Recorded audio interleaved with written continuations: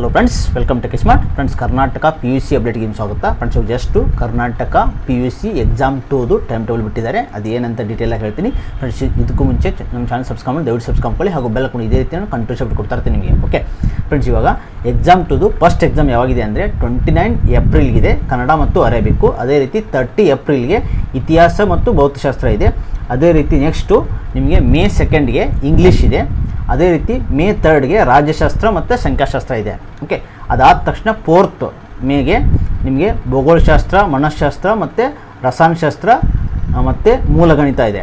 Okay, ಅದೇ ರೀತಿ next ಅದಾದಮೇಲೆ ಹಾಲಿಡೇ ಇದೆ 5th ಮತ್ತು 8th, 5th ಇಂದ 8th ತನಕ. 9th ಇದೆ ನೆಕ್ಸ್ಟ್ ಯಾವುದಿದೆ ಗಣಿತ, ಶಿಕ್ಷಣಶಾಸ್ತ್ರ, ವ್ಯವಹಾರ ಜ್ಞಾನ ಮತ್ತು ತರ್ಕಶಾಸ್ತ್ರ ಅಂತ ಇದೆ.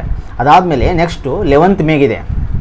ಅವಾಗ ಯಾವುದಿದೆ ಅಂದರೆ ಸಮಾಜಶಾಸ್ತ್ರ, ಜೀವಶಾಸ್ತ್ರ, ಓಕೆ, ಮತ್ತು ಗಣಕ ವಿಜ್ಞಾನ ಮತ್ತು ವಿದ್ಯುನ್ಮಾನ ಶಾಸ್ತ್ರ, ಭೂಗರ್ಭಶಾಸ್ತ್ರ ಅಂತ ಇದೆ. ಅದಾದ ತಕ್ಷಣ ನೆಕ್ಸ್ಟು ನಿಮಗೆ ಮೇ 13th ಮೇಗೆ ಅರ್ಥಶಾಸ್ತ್ರ ಇದೆ.